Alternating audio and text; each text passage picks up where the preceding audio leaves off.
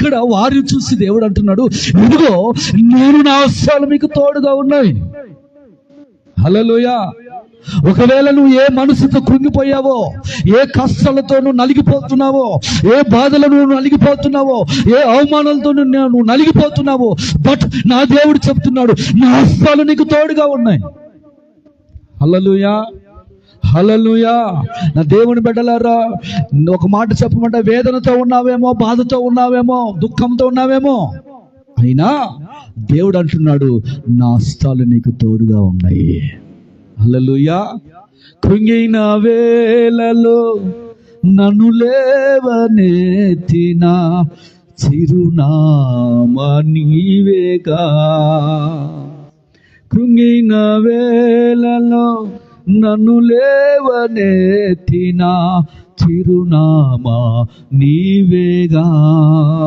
నీ కృప నిత్యముందును, నీ కృప నిత్య జీవము, నీ కృప వివరింప నా తరమా యేసయ్యా. నీతిమంతుల గుడారాలలో వినబడుచున్నది రక్షణ సంగీత సునాదము. నీతిమంతుల గుడారాలలో వినబడుచున్నది రక్షణ సంగీత సునాదము. నీ కృప నిత్యముందును, ఆమేన్. నీ కృప నిత్య జీవము, నీ కృప వివరింప నా తరమా యేసయ్యా. అనుభవ అనురాగం కలకాలమున్నట్లే నీ రాజకీయమాలలో నిలువనిచ్చావు. అనుభవ అనురాగం కలకాలమున్నట్లే నీ రాజనీయమాలలో నిలువనిచ్చావు. రాజమార్గములో నన్ను నడుపుతున్నా రారాజు నీవేగా. రాజమార్గములో నన్ను నడుపుతున్నా రారాజు నీవేగా. నీ కృప నిత్యముందును, నీ కృప నిత్య జీవము, నీ కృప వివరింప నా తరమా యేసయ్యా. నీతిమంతుల గుడారాలలో వినబడుతున్నది రక్షణ సంగీత సునాదము. నీ కృప నిత్యముందును, నీ కృప నిత్య జీవము, నీ కృప వివరింప నా తరమా యేసయ్యా. స్తుతి ఉన్న పాటలకు విలువలు ఉన్నట్లే కృతజ్ఞతనిచ్చావు, కృపలో నిలిపావు. స్తుతి ఉన్న పాటలకు విలువలు ఉన్నట్లే కృతజ్ఞతనిచ్చావు, కృపలో నిలిపావు. కృంగిన వేళలో నన్ను లేవనెత్తిన చిరునామా నీవేగా. కృంగిన వేళలో నన్ను లేవనెత్తిన చిరునామా నీవేగా. నీ కృప నిత్యముందును, నీ కృప నిత్య జీవము, నీ కృప వివరింప నా తరమా యేసయ్యా. హల్లెలూయా.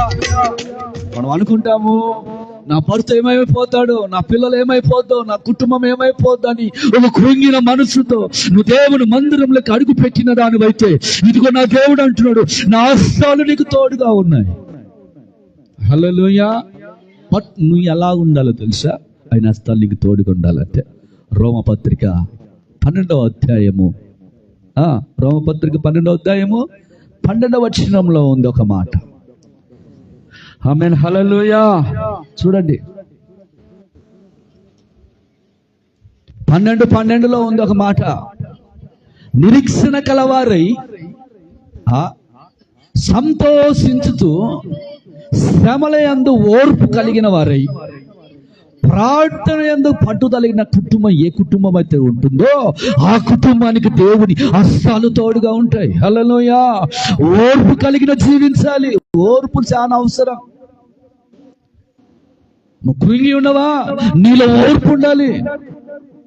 ఆ ఓర్పులో విశ్వాసం కలిగి నువ్వు పట్టుదల కలిగి నువ్వు ప్రార్థన చేస్తే సమస్తము సమకూడికి నీ జీవితంలో దేవుని హస్తాలు తోడుగా ఉంటాయి. హల్లెలూయా.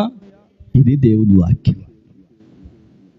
ఏ మనసులో నువ్వు వచ్చావో నాకు తెలియదు, కానీ నా దేవుడు అంటున్నాడు, నువ్వు పట్టుదల కలిగి ప్రార్థన చేస్తే కృంగిన మనసుతో ఉన్న నిన్ను పైకి లేవనెత్తగలిగిన వాడను నేను నీ పక్షంగా నిలిచి ఉన్నాడు అన్నాడు. హల్లెలూయా, హల్లెలూయా. కనుక నా దేవుని బిడ్డలారా, ఈ దినమున ఎన్నో శోధనలు మన జీవితాలు ఎదురవుతూ ఉంటాయి, ఎన్నో కష్టాలు వస్తూ ఉంటాయి. ఆ కష్టాలలో మన విశ్వాసాన్ని దిగజార్చుకోకూడదు, పడిపోకూడదు. లోకంలో నోటికొచ్చినట్టు మాట్లాడకూడదు.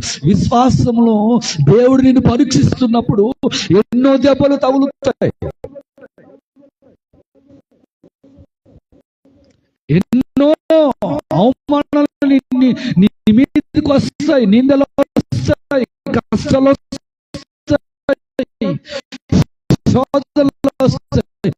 అయినను దేవుని వైపు నువ్వు చూస్తే వచ్చిన వారిని దేవుడు ఓదార్చి వారి జీవితాల్లో సంతోషాన్ని నింపగలిగిన వాడు మనం ఆరాధిస్తున్న యేసు. ఆమేన్, హల్లెలూయా.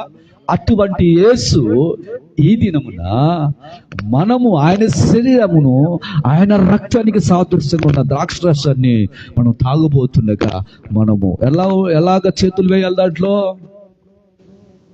ఎలా వేయాలి? అయ్యగా చెప్పారు ఇందాకలా. పాపంలో ఉంటే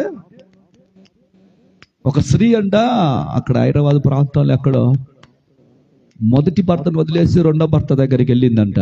వాడు ఏమన్నాడంటే, నీ ముగ్గురు కొడుకులు అడ్డం వచ్చారు అని ఏమో అనింటాడేమో బహుశా. పాప తల్లి ఏం చేసిందంటే పెరుగులో ఇసం పోసి ముగ్గురికి పెట్టేసింది. ఏం చేసింది? జైల్లో ఉంది మహాతల్లి.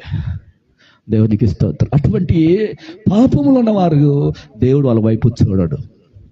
నేను పరిశుద్ధతను కోరుకున్నవాడను, నేను పరిశుద్ధుడను.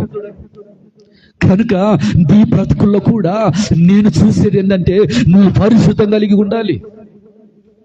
నువ్వు పరిశుద్ధతను ఉంటేనే నేను చేయి పట్టుకోగలను. నువ్వు పరిశుద్ధంగా ఉంటేనే నా హస్తాలు నీకు తోడుగా ఉంటాయి. ఆమేన్, హల్లెలూయా. కనుక మనం ఏ విషయంలో మనం పరీక్షించుకోవాలి? ఆ బలలో పాలు పొందాలంటే చూడండి, అక్కడ రాసింది మొదటి కొరింథీ పత్రిక 11వ అధ్యాయంలో ఒక మాట రాసింది. ఏమని రాసింది? మొదటి కొరింథీ త్వరగా ముగించుతా ఉన్నాను. ఆ వాక్యం చూసుకొని బలలో పాలు పొందుదా. మొదటి కొరింథీ పత్రిక 11వ అధ్యాయము 28వ వచనంలో ఒక మాట రాసింది. కాబట్టి ప్రతి మనుష్యుడు తను తాను పరీక్షించుకోవాలను, అలాగూ చేసి ఆ రొట్టెను తిని ఆ పాత్రలను త్రాగాలి. ఏం పరీక్షించుకోవాలి మన జీవితాల్లో? ఈ వారం అంతా ప్రభా నేను ఎప్పుడైనా నోరు జారానా? ఎవరినైనా నేను తిట్టానా? ఎవరినైనా నేను బాధ పెట్టానా? అయ్యా అదిగాక నీ హృదయంలో నా జీవితంలో నేను ఆయుష్కరంగా నీకేమన్నా కనిపిస్తున్నానా? అయోగ్యంగా ప్రభు బలలో పాలు పొందితే అపరాధి అవుతాం. ఒక పక్క బలలో పాలు పొంది మరొక పక్క బీడీలు సిగరెట్లు రాజిపోగలు వేస్తున్నాం అనుకో, మనం అపరాధి అవుతాం దేవునికి సన్నిధిలో. హల్లెలూయా. యోగ్యంగా బలలో పాలు పొందకపోతే శిక్షా విధి మన జీవితంలోకి వచ్చేస్తుంది. అయోగ్యంగా ప్రభు బలలో మనం పాలు పొందితే నిద్రపోతాం మన జీవితంలో, అంటే మరణిస్తాం మన జీవితంలో. కష్టాలు వచ్చేస్తాయి, శోధనలు వస్తాయి. నిద్రించే వాళ్ళు ఎవరంటే ప్రార్థన లేని వారి యొక్క జీవితాలు. సినిమాలు చూసేవాళ్ళు, మందు త్రాగేవాళ్ళు, సిగరెట్లు తాగేవాళ్ళు, వాళ్ళు నిద్రించేవాళ్ళు, లోకంలో ఉన్న వాళ్ళు నిద్రించేవాళ్ళు. వారికి ఎలాంటి అంటే ఆపదలు వస్తాయంటే ఎప్పుడు చూసిన ఏడుపులే, మరణాలు సంభవిస్తాయి వాళ్ళ జీవితాల్లో. ఒకవేళ మనకు మరణం రాదా అని నువ్వు ప్రశ్న అడిగితే, నువ్వు క్రీస్తులో నువ్వు నిద్రించి మరణించినా క్రీస్తులో నువ్వు ఏం చేయబడతావు? నీ జీవం దార్చబడుతున్న సంగతి వాస్తవం. హల్లెలూయా, హల్లెలూయా. కనుక నా దేవుని బిడ్డలు అయోగ్యంగా బలలో పాలు పొందితే మనం ఏమైపోతాం తెలుసా? కింద ఉన్నాయి రోగాలు అవుతాయి. 31 ఇందువల్లనే మీరు అనేకులు బలహీనులై రోగాలై ఉన్నారు. చాలా మంది నిద్రిస్తున్నారు. రోగాలు ఎందుకు వస్తాయి మన జీవితంలో? మనం బలహీనతలను సరి చేసుకోక, ఏందులే అది బల్ల కదా, ఆయన శరీరం కాదులే అని అయోగ్యంగా మనం పాలు పొందితే మన జీవితంలో రోగాలు వచ్చేస్తాయి. అయోగ్యంగా పాలు పొందకూడదు. హల్లెలూయా. అయోగ్యంగా పాలు పొందితే బలలో బలహీనలైపోతాము. బలవంతుడం అనుకుంటాం మనం, కానీ నువ్వు ఎండిపోయిన ఎంకతో సమానం. అందుకే ఏస్కెల్ అంటాడు, ఏస్కెల్ ఈ లోయలో అనేకమైన ఎముకలు ఉన్నాయి. లోయ అనగా లోకంలో ఉన్న జనాలు, దేవుని ఎరగని వారు, లోకంలో సినిమాలు చూసేవారు, వాళ్ళు ఎండిపోయిన ఎముకతో సమానం. వాళ్ళల్లో బలం ఉందనుకుంటాం, బలం ఉండదు. మరి నేనేం చేయమంటావు? వాటికెళ్ళి నా వాక్యాన్ని ప్రకటించు అన్న చెప్పాడు కింద, వాక్యం ప్రకటించాడుగా. అంటే ఆ ఎముకల్లోకి దేవుని వాక్కు వెళ్ళినప్పుడు జీవముతో ఆ లోయలో ఒక గడగడ సౌండ్ ప్రారంభించబడాయి. హల్లెలూయా. ఈ రోజున ఆ వాక్యం మన జీవితంలో, మన శరీరంలోనికి, మన ఎముకల్లోకి ఆ వాక్యం మన జీవితంలోకి వస్తే మన జీవితంలో జీవముతో నింపబడతాము. ఆ బలలో పాలు పొందాలంటే ముందు మనం ఏం చేయాలి తెలుసా? పరీక్షించుకోవాలి. అయోగ్యంగా ఉన్నానా, పరిశుద్ధంగా ఉన్నానా, నీతిమంతుడిగా ఉన్నానా, అవినీతిమంతుడిగా ఉన్నానా, ఈ వారం అంతా నా పరిస్థితి ఎలా ఉంది, దేవునికి నమ్మకంగా ఉన్నానా, దేవుని సన్నిధిలో ప్రార్థన చేశానా, వాక్యం చదువుకున్నానా లేదా, అయిష్టిగా బ్రతికానా, దేవునికి విరోధంగా బ్రతికానా అనుకుంటే నీవు బల దగ్గరికి వచ్చిన నీ జీవితంలో సరి చేయబడాలి. కొలిమి దగ్గరికి వెళ్ళినా ఏ వస్తువైనా కొలిమిలో పెట్టినప్పుడు ఏమవుతుంది? సరి చేయబడుతుంది. దేవుని మందిరికి వచ్చి నీ జీవితంలో ఆ బల దగ్గర నువ్వు ఏం చేయాలి? సరి చేసుకోవాలి. మోకరించి, ప్రభా నేను చేసిన పొరపాటు నాలో ఎన్నో ఉన్నాయి, ఆయస్కరమైనవి నా జీవితంలో ఎన్నో ఉన్నాయి అయ్యా, అది నీ రక్తము స్వాతని కడిగి శుద్ధి చేయి. లోకం వైపు చూడను, ఇదిగో నేను నీ కొరిక బ్రతుకుతాను, మిగిలిన జీవితం నీకు సమర్పిస్తానని ఎప్పుడైతే దేవుని సన్నిధిలో తీర్మానం చేసుకుని ప్రార్థన చేసుకుంటావో, యోగ్యంగా నువ్వు పరిశుద్ధముగా వాక్యం ద్వారా కడగబడతావో, ఒప్పుకుంటావో, పరిశుద్ధంగా నువ్వు తీర్చబడతావో, అప్పుడే నీవు ధైర్యముగా యోగ్యముగా ఆయన శరీరంలో, ఆయన రక్తములో పాలు పొందుదుమగాక. ఆమేన్. కళ్ళు మూసుకుందాం. ఒక తీర్మానం కలిగి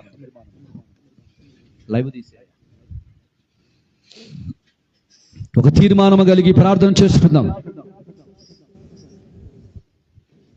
ఒక తీర్మానం కలిగి